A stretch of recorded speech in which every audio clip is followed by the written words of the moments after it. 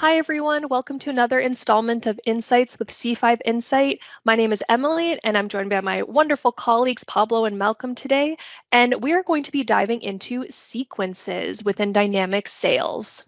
Awesome. Yeah, these are exciting. I'm really excited about this one because this whole concept of activity management is such a big part of CRM in our instance here at C5. We really push our customers to really consider being proactive about your communications and don't always just be reactive. What have I done? It's about what are you going to be doing and how do you make sure that you're staying on top of it. And sequence is such a great way to build out a plan around that in a variety of ways. So I think Emily's going to give us a little tour here of how to stand one up and everything, so that we can kind of get a sense and give you a very quick overview. Usually we don't get into the technical, like here's how to set it up, but we thought today might actually make a lot of sense to do that. So over to you, Emily.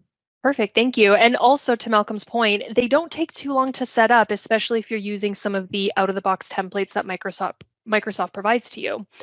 So where I'm going to get started today is I have opened up one of my lead records, and already I'm prompted with the opportunity to connect this lead to a sequence.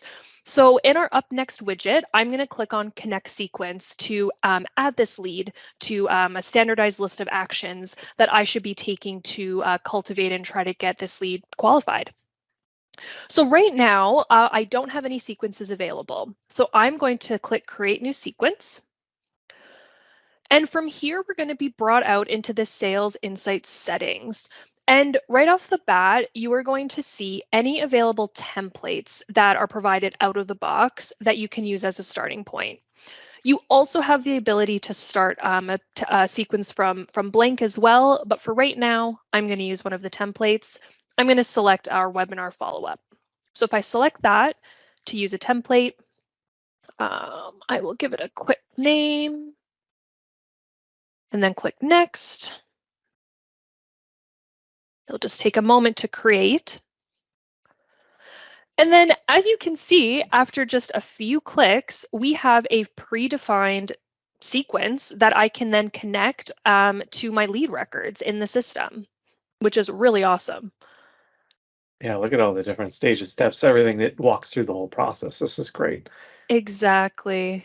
Yeah, this is so cool because it's so visual as well, and it's something that we have been doing during years. I mean, using stuff like trying to combine BPFs with workflow behind the scenes to Absolutely. provide salespeople of a sequence of steps to follow to close a lead. And now you have it all ready, visual there. It's really cool stuff. Yeah, exactly. And we do have the ability to click within each of these steps to modify the email template that's being used, particularly if you did use one of the Microsoft out-of-the-box sequence templates. But for this example, I'm going to activate the sequence so then we can see how it will appear on our corresponding lead record. So I'm going to activate and let that load for just a moment. Yeah, to Pablo, to your point, while we're waiting for that to activate, that I remember building, workflows in the older days and even now more Power Automate flows to, Exactly. okay, in this Yeah. scenario, go ahead and create me 3 activities and 2 phone calls and whatever the case may be, right? Or 2 tasks to remember to do this Yeah. and do that, and which is Yeah, still it doesn't mean it relevant. wasn't it wasn't funny, but now Yeah. That's right. modern way to do that, much more Exactly. visual. Yeah. So now that our sequence is activated, you will see this tab here called Connected Leads. So if you did know exactly which records you wanted to connect the sequence to, you could do that from this screen. But I'm actually going to pop back into our starting point within the sales hub specifically, and back to my accounts lead record. So if I hit refresh now, we're going to see our lead prospecting sequence available. So I'm going to select that and click Connect. And then after a moment, you'll see our Up Next widget has updated. So now, anytime that you're on this record, you can see which sequence this lead is going through right now. You'll see any of the next steps that are coming in sequential order. So an automated email is trying to send, I'm sure. In my trial, it's definitely not successfully sending. But all of this directly visible from your lead record, so you can really keep on top of what actions are coming for your leads and what you might be tasked with as well. Yeah. Yeah, And there's that even might be as simple or as complex as you want. I mean, having steps like sending an email, wait until getting a response or not, creating a phone call for your salespeople, a task, all that can be part of the sequence.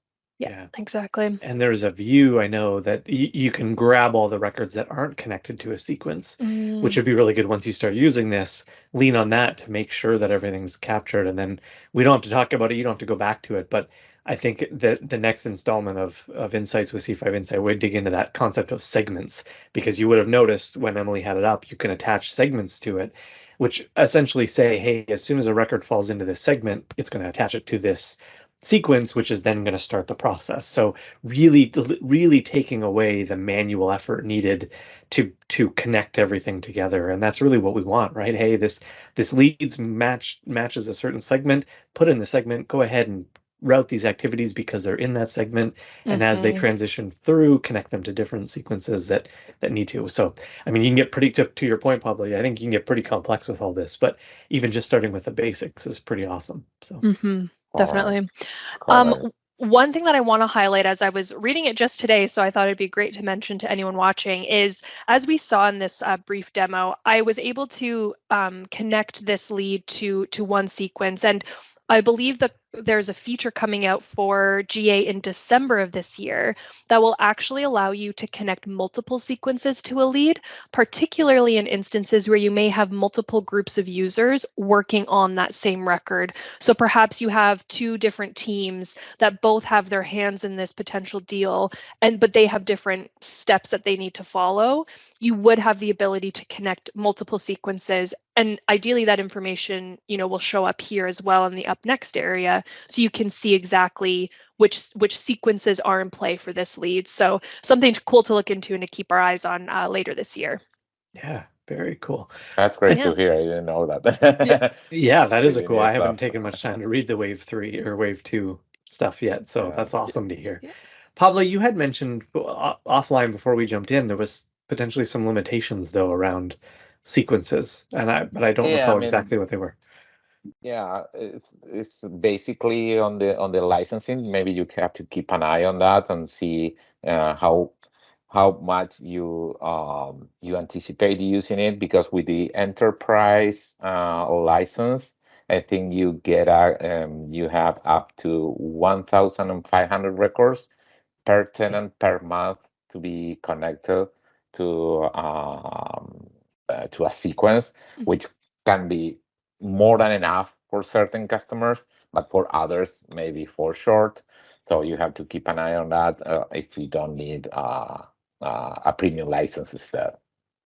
Yeah, that's a good call out, because every company's different. I know in terms of our customers, I know some of them would be more than fine with that. That would be way more than they need, and several of other ones that definitely won't be enough. So I wonder if you can purchase additional, kind of like in the marketing world, you can buy extra, engagement levels with people and number of emails and so on. I wonder if you can do the same here, if there's add-on buckets to increase that number or not. So interesting. Yeah. And the other note about some of those limitations is, so we saw on the previous screen that this functionality is available for Sales Enterprise and Sales Premium. But one thing that you might be thinking about are the reporting, what insights you can get from, what records are currently in flight and sequences and the like, and how they're performing. And so unfortunately, this is only available if you have Sales Premium, but I'll just scroll down a little bit here on the Microsoft documentation. Yeah. There are some really great visuals and reporting available, but again, only for Sales Premium licensing. So something to keep in mind as you're looking to evaluate use of this tool.